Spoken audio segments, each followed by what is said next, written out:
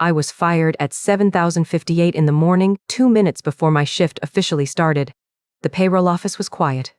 I had just set down my coffee, still steaming, and pulled up the reconciliation report from Friday. My screen glowed with numbers that didn't add up. I was about to run them again when the door swung open hard enough to hit the wall. Derek walked in like he owned the place. Which, technically, his father did. He had 3 people with him. One was Linda from HR, who looked like she wished she were anywhere else. The other 2 were security guards I recognized from the front lobby. They stood by the door with their arms crossed. Every head in the office turned. There were 12 payroll staff in that room, all women, all staring at Derek like he had just walked into the wrong building. He cleared his throat like he was about to give a speech at a banquet. "Effective immediately, Claire is terminated for gross negligence," he announced. His voice carried. He wanted it to carry. "She has misappropriated over $300,000 from employee retirement accounts. The company will be pursuing legal action to recover the funds." The room went dead silent. I heard someone gasp. I didn't turn to see who. I kept my hands flat on the keyboard, perfectly still, and watched Derek's face. He was enjoying this. I could see it in the way his chin lifted, the way his eyes swept the room to make sure everyone was watching. "Security will escort her out," he continued.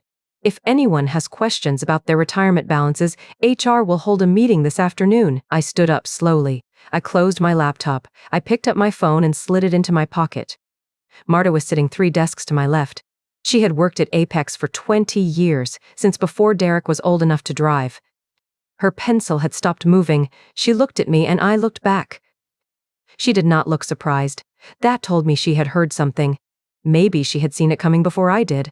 I turned to Derek. "You're firing me for losing $310,000? "That's correct," he said, "and we will be recovering every cent from your severance." "My severance is $15,000, I said. "That doesn't cover it." "It's a start." I smiled. I didn't plan to, it just happened. He blinked. He wasn't expecting that.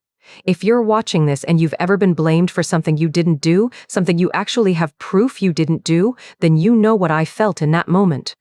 It's a cold, clean kind of certainty. Subscribe to Revenge Lily if that feeling speaks to you.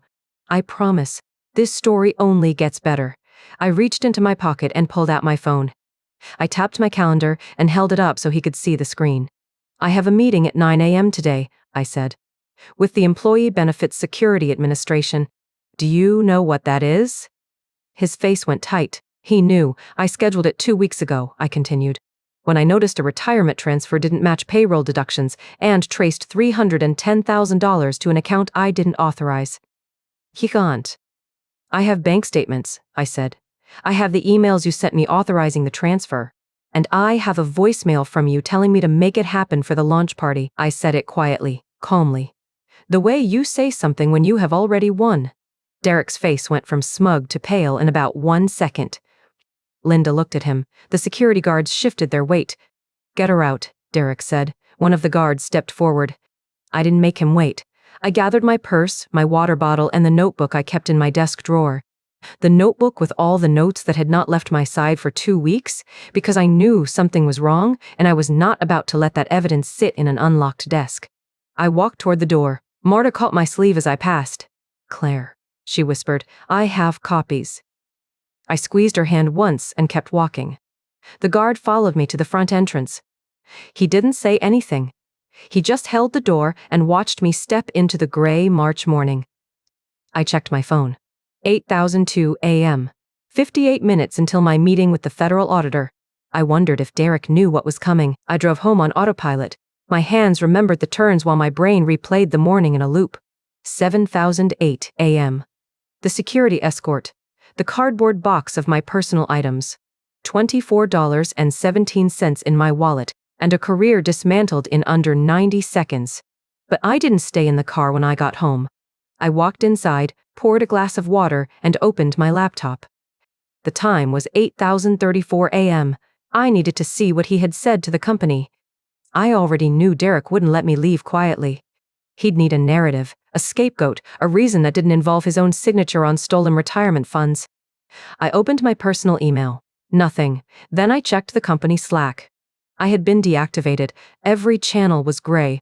Gone. He cut me off from everyone like I was a security risk. But Marta was still inside. At 10:32 a.m., my phone buzzed. A text from her. Check your spam folder. I opened Gmail, scrolled past 3 promotional offers and a newsletter I never signed up for. And there it was. A company-wide email sent at 10,000.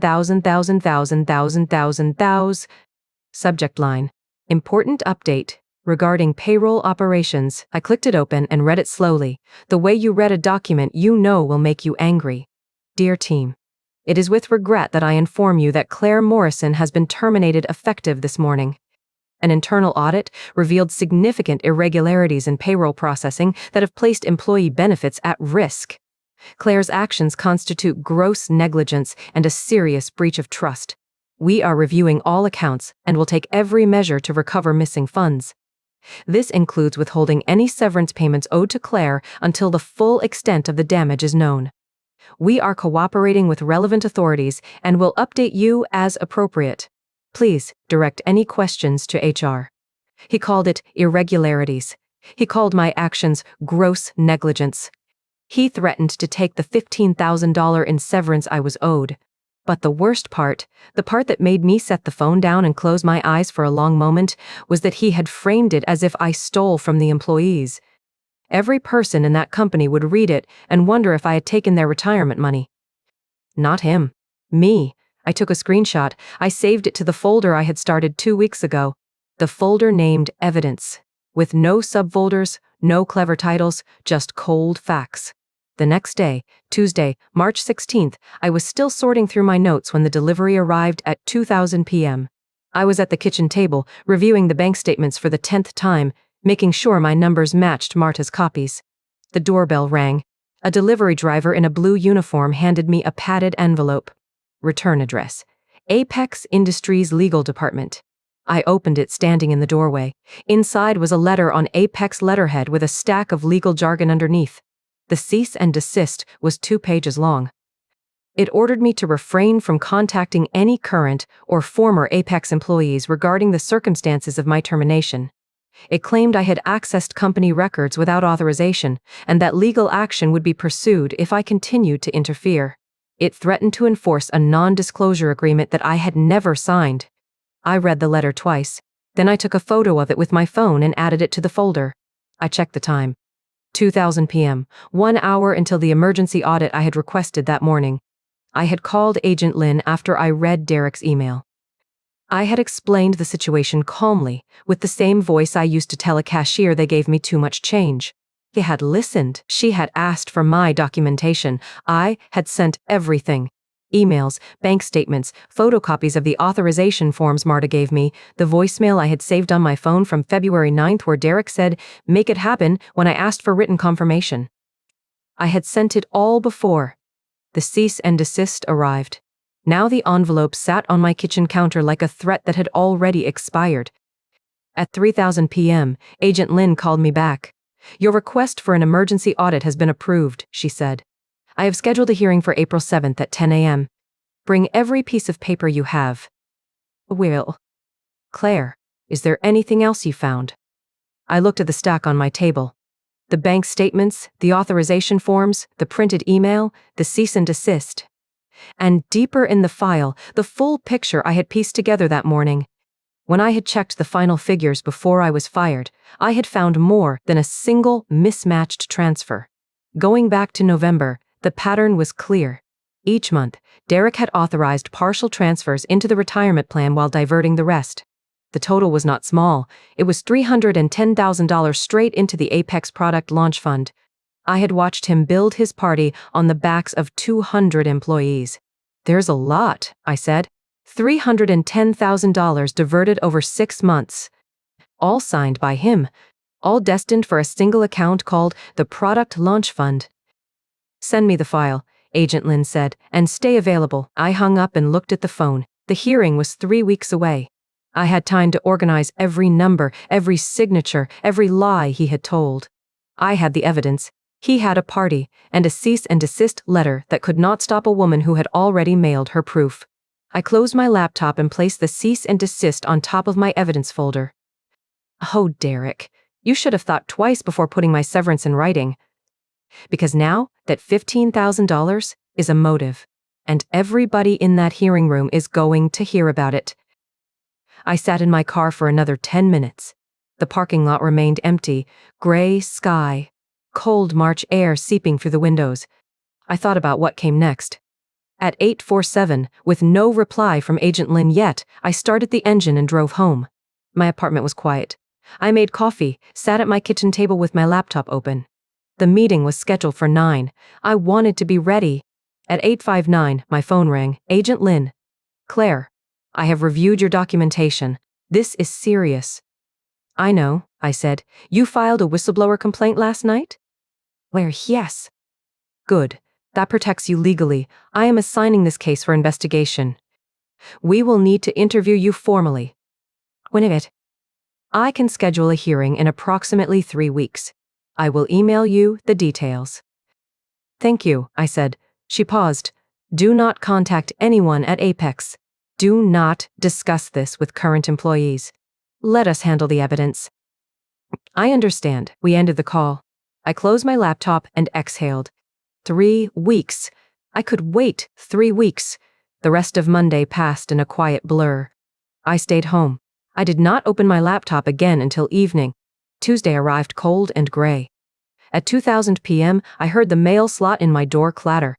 A thick envelope on the floor. Apex Industries letterhead. Return address, their lawyer's office. I opened it. Cease and desist. The letter was 2 pages. It stated that I had misappropriated company funds, that I had violated my employment agreement, that any attempt to discuss the matter with Apex employees would result in immediate legal action, that I was to return all company property, including any copies of documents. I read the final paragraph. Any further contact with Apex employees regarding this matter will be treated as harassment. Please direct all future correspondence to this office. I set the letter on my kitchen table. I did not feel afraid. I felt something sharper, something colder. At 2:58 p.m., I forwarded the letter to Agent Lin. I attached the company-wide email from Derek that I had already saved. I wrote, Derek is attempting to control the narrative. He has threatened to withhold my severance and has sent a cease and desist letter. I am requesting an emergency audit. Please advise. I hit send. Then I waited. At exactly 3:00 p.m., my phone buzzed. Agent Lin, the audit is approved. Emergency hearing scheduled for Wednesday, April 7th at 10:00 a.m. Bring everything you have, every document, every email, every voicemail. Thank you, I said. Do not let them intimidate you. You have done everything correctly. I printed the cease and desist letter. I slid it into my evidence file. I closed the folder and placed it in my bag. I stood in my kitchen. The apartment was quiet. The sun was starting to set outside. I thought about Derek. I thought about his company-wide email. I thought about his lawyer's letter. They thought they were building a wall around me. They had no idea I had already walked through it. The hearing was held in a conference room on the 2nd floor of a federal building in downtown Cleveland. I arrived at 9:45. I wore a gray blazer, black slacks, flat shoes. I carried my evidence file in a leather bag that Marta had given me for my birthday 3 years ago. I checked in with a security guard. He directed me to room 214. I opened the door. The room was rectangular. A long wooden table sat in the center. Agent Lin sat on one side, a laptop open in front of her. She wore a navy suit. Her hair was pulled back. She looked at me and nodded once. On the other side of the table sat Harold. His face was pale. His hands rested flat on the table. Next to him sat Derek. He wore a dark suit. He did not look at me. He stared at the wall. 2 board members sat beside Harold, a man and a woman. I did not know their names. I sat down across from Derek. I placed my bag on the floor. I set my folder on the table. I opened it. Agent Lin spoke first. This is a preliminary hearing regarding alleged violations of the Employee Retirement Income Security Act. Specifically, the failure to remit employee 401k contributions in the amount of approximately $310,000. Ms. Morrison has filed a whistleblower complaint. We are here to hear testimony. Harold cleared his throat. I don't understand what's happening. Derek told me this was a clerical error. A mistake in payroll. It was not a mistake, I said. Derek turned his head. He looked at me. His eyes were cold. Claire, you need to be careful here. I said nothing. Agent Lynn opened her laptop. Ms. Morrison, please present your evidence. I pulled out the bank statements. I laid them on the table one by one. November, December, January, February. I pointed to each transfer. These are the retirement account deposits, I said. The amounts sent to the plan administrator. They do not match the employee deductions. I slid a second set of documents across the table. These are the bank statements for a separate account. An account opened by Derek Vance, labeled Apex Product Launch Fund. The transfers match exactly. The same amounts, the same dates, the destination details match the launch fund account. Harold picked up the papers. He held them close to his face. His hands trembled. I pulled out the emails. These are communications between myself and Derek. On February 10th, he sent me an email authorizing a revised transfer schedule. He instructed me to reduce the retirement contribution amount. I have the timestamp. I have the original message, along with signed authorization forms showing where the money actually went. I placed the printed emails in front of Agent Lynn. Derek leaned forward. She misinterpreted the instructions, he said. I told her to prioritize the launch budget. She made an error. That's not embezzlement. That's incompetence. I pulled out my phone. I scrolled to the saved voicemail. I had kept it from the night he called. I did not tell anyone. I kept it safe. On February 9th at 4:15 p.m., I said, Derek called me. He left a voicemail. He told me to move the March retirement contributions into the launch fund. I told him it was against regulations. He told me to make it happen. I pressed play. Derek's voice filled the room. Look, Claire, the party is in 2 weeks. I need that money. I don't care how you do it. You just make it happen. Silence. I looked at Derek. Make it happen, I said. Or exact words. Derek's face went red. That was out of context. I played it again. I don't care how you do it. But just make it happen. Harold's face went white. Derek stood up. This is a setup. She doctored that recording. She's trying to ruin me. Sit down, Agent Lynn said. Her voice was flat. Final. Derek sat. Agent Lynn typed something on her laptop. She looked at Harold. Mr. Vance, we have been investigating Apex Industries for 6 months. Morrison's complaint confirmed what we already suspected. Harold's mouth opened. No sound came out. Agent Lynn turned her laptop to face the table. On the screen was a spreadsheet. Numbers. Dates.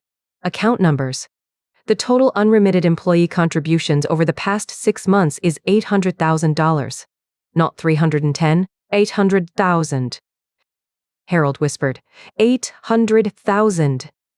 6 months of missing retirement money, Agent Lynn said. Our records show the first missed deposit occurred in October of last year. The amounts increased every month. Your son has been skimming retirement funds for half a year. The room went quiet. Derek was staring at the table. His hands were flat. He was not looking at me. He was not looking at his father. He was looking at nothing. I closed my folder. Harold looked at me. Claire, I did not know. You hired him, I said. You gave him access. You trusted him. He did not answer. Agent Lynn stood up. This hearing is adjourned. We will reconvene once the full audit is complete. Morrison, you are free to leave. Mr. Vance, I recommend you retain legal counsel. I picked up my bag. I stood. Derek finally looked at me. His eyes were hollow. This isn't over, he said. It is, I said. You just don't know it yet. I walked out of the room. The door clicked shut behind me. I stood in the hallway. I heard Harold's voice through the door. It was low, broken. He kept saying the same word over and over. 800,000. 800,000. I walked to the elevator. I pressed the button. I waited. The hearing was over, but the real fight had not even started. And I knew as the elevator doors opened that Derek had no idea what was about to hit him. The weeks after the hearing were quiet. I didn't check my work email. I didn't answer calls from numbers I didn't recognize. I just waited. On Friday, May 14th, I got a call from Agent Lynn. I was at my kitchen table, sorting through job listings. The phone rang. I answered. "Ms. Morrison," she said. "I wanted you to hear it from me first." I set down my coffee. "Derek Vance was indicted this morning," she said. "Federal charges of embezzlement. The grand jury returned the indictment at 9 a.m. I closed my eyes. I let out a breath I didn't know I was holding. "How many counts?" I asked. 12, she said. "Each one carries a maximum of 20 years. He'll plead out. His lawyer already called." I nodded. She couldn't see me, but I nodded anyway. "The company?" I asked. "Apex has been ordered to restore all missing funds plus penalties," she said. $1.2 million, plus a $200,000 fine. The Department of Labor is making an example. 1.2 million. I did the math in my head. That was every dollar those employees earned, every retirement contribution, every penny they trusted the company to keep safe. "That's not all," Agent Lynn said. "Harold has been calling my office every day for a week. He wants to speak with you." "To about?" "I think you know," she said. "I did." "Thank you," I said. "On everything." "Thank you, Ms. Morrison," she said. "Most people don't have the courage to bring a case like this. You documented everything.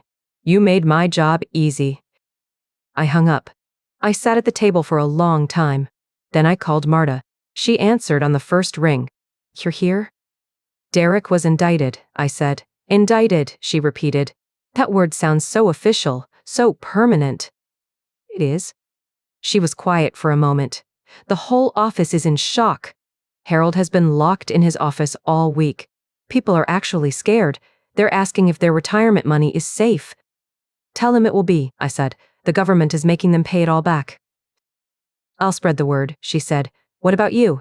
"What are you going to do?" "I'll know soon," I said. That Monday morning, my phone rang at 7 a.m. The caller ID read, Apex Industries. I stared at it for 3 rings. Then I answered. "Claire." Harold's voice was old. Older than I remembered. "Thank you for taking my call." Niggled. "I know I don't deserve the time of day," he said. "I know what my son did. What he put you through. The embarrassment. The accusation." I said nothing. "I'm calling to offer you your job back," he said.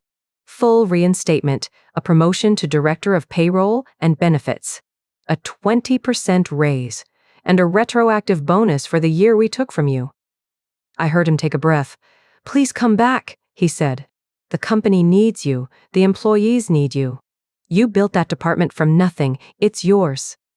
I looked at my apartment, at the stack of job listings on the table, at the folder of evidence I still kept in my bag, just in case. "Harold," I said, "I worked for Apex for 8 years. I gave that company everything. Your son fired me in front of my team. He stole from people who trusted him, and you let it happen." "Claire." "I'm not coming back," I said. Silence. "You're making a mistake," he said quietly. "No," I said. "I'm making the right choice. For me, I'm starting my own firm, payroll consulting. I'm preparing to find my first client. A company that does business with the Department of Labor," I said. "It's going to be fine." He didn't respond. I think he knew. "I'm sorry, Claire," he said finally. "Or everything." "I appreciate that," I said. "Goodbye, Harold." I hung up. Marta called me later that afternoon. "Harold announced your resignation in an all-staff meeting," she said. "He made it sound like you left on your own." "No. He offered you your job back, didn't he?" "And you said no." "But he won." She laughed. A warm, genuine laugh. "You are something else, Claire Morrison. That man owns this town, and you told him no." "I didn't want it anymore," I said. "I don't need Apex.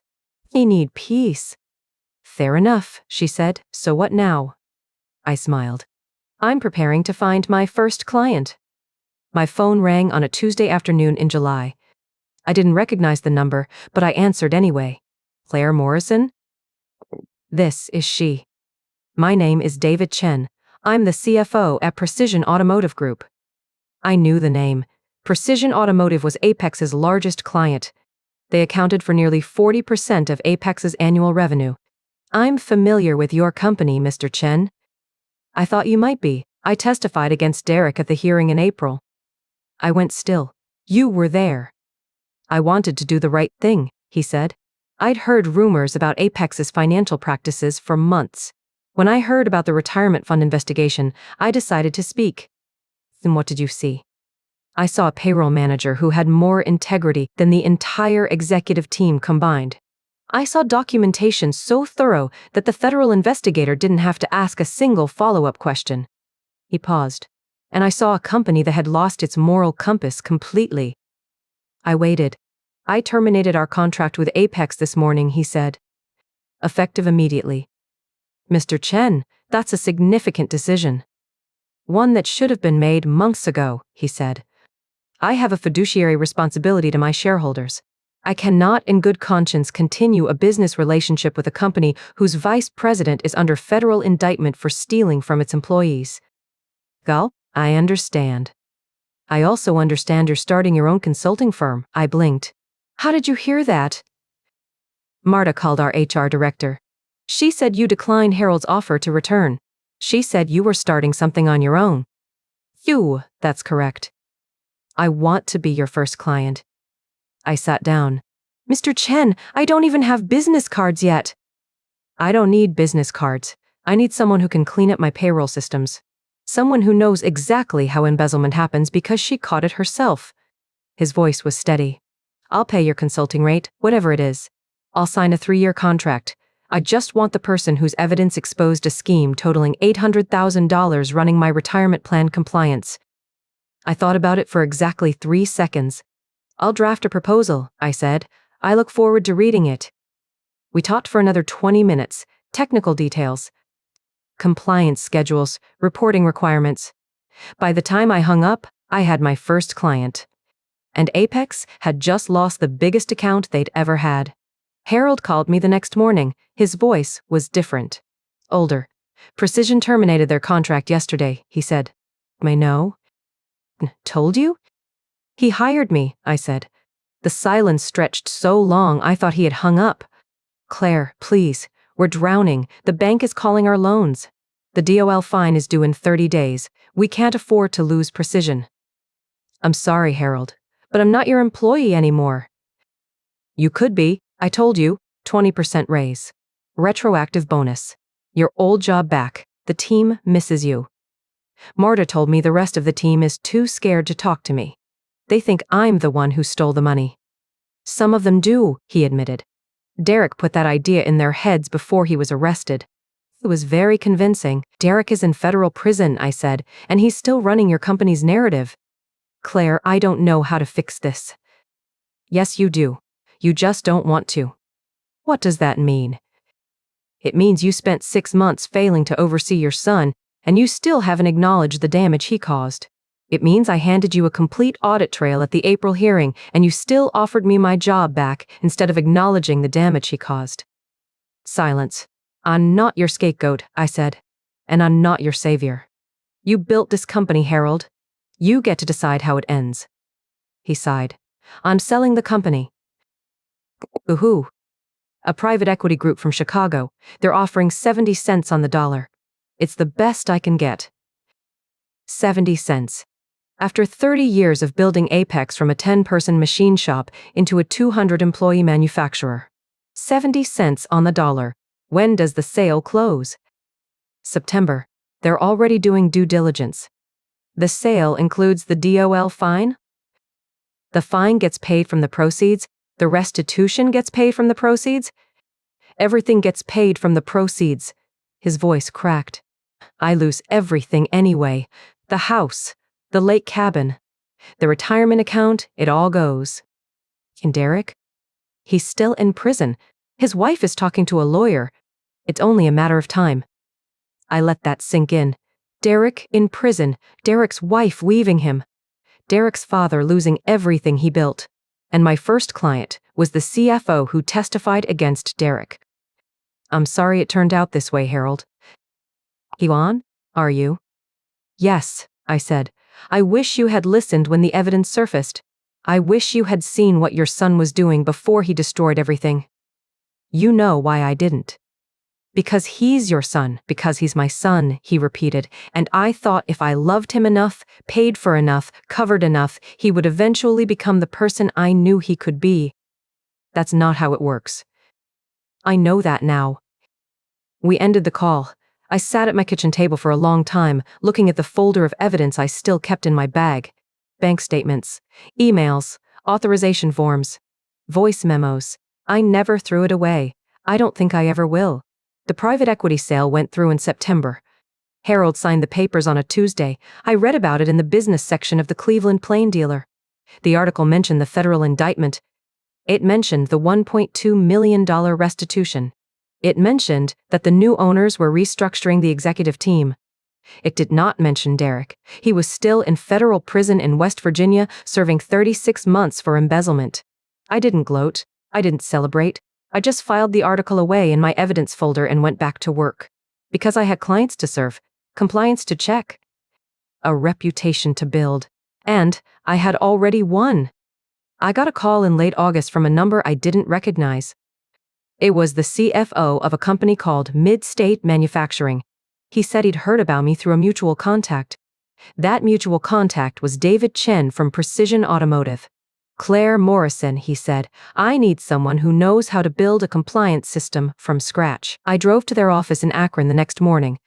40 minutes on I-77. They had 150 employees. Their payroll department was still using spreadsheets from 2016. I signed them as my second client. By September, I had 3. The third was a logistics company outside Columbus. Their HR director had worked at Apex for 12 years before leaving in 2019. She knew exactly who I was. She also knew exactly what Derek had done. He called me after you were fired, she told me during our first meeting. Asked if I could vouch for him. I said no. I didn't ask for details. I didn't need them. My routine became simple. Client calls before lunch. Compliance reviews in the afternoon. I worked from my dining room table for the first 6 weeks, then rented a small office in a converted warehouse near downtown Cleveland. It had exposed brick and a window that faced the train tracks. I liked the noise. Marta called me on the second Friday of October. Derek's wife left him for good, she said. Filed the papers last week. She's keeping the Shaker Heights house. The cars, everything. I had read about it in the court records. The divorce was finalized on a Monday. Derek signed over the house from a federal prison phone in West Virginia. How are you holding up? Marta asked. I'm fine, I said. How's the office? She told me the new owners had replaced half the management team. Harold was gone by the end of September. The company was being run by a private equity group from Chicago. They had cut 15 people in the first week. They offered me early retirement, Marta said. I took it. I met her for coffee the next Saturday at a place in Rocky River. She looked older, not tired, just older.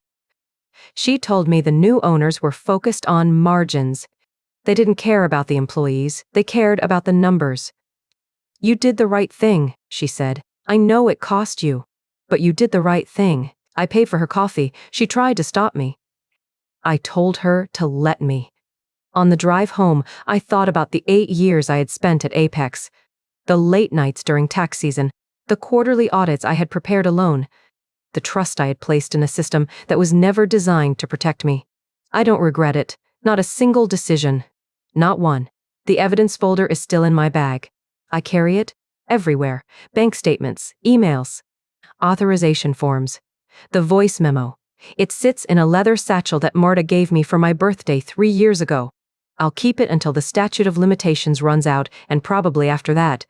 I still get calls from former Apex employees. Some of them heard I was starting a firm. Some of them want jobs. Some of them just want to know if the money was ever recovered. It was. Every dollar. The $1.2 million, the $200,000 fine. The DOL made sure of it. But that's not the part that matters. The part that matters is this. Derek Vance thought he could steal from people and blame someone else. He thought his father's name would protect him. He thought the company would close ranks and the truth would disappear. He was wrong. Because I kept the records. I wrote down every date, every amount, every instruction. I still have the notebook where I scribbled the initial discrepancy on a Monday afternoon. The numbers don't lie. I've built something new now. 3 clients, a growing reputation, a quiet office with exposed brick. I'm not angry. I'm not bitter, I'm just careful. And that's enough. If you're in a job where someone is stealing from the people who trust you, start documenting. Keep the emails, save the voicemails, write everything down. Because the truth will surface. It always does. Thanks for listening. If you found this story valuable, please like and subscribe. It helps more people hear it.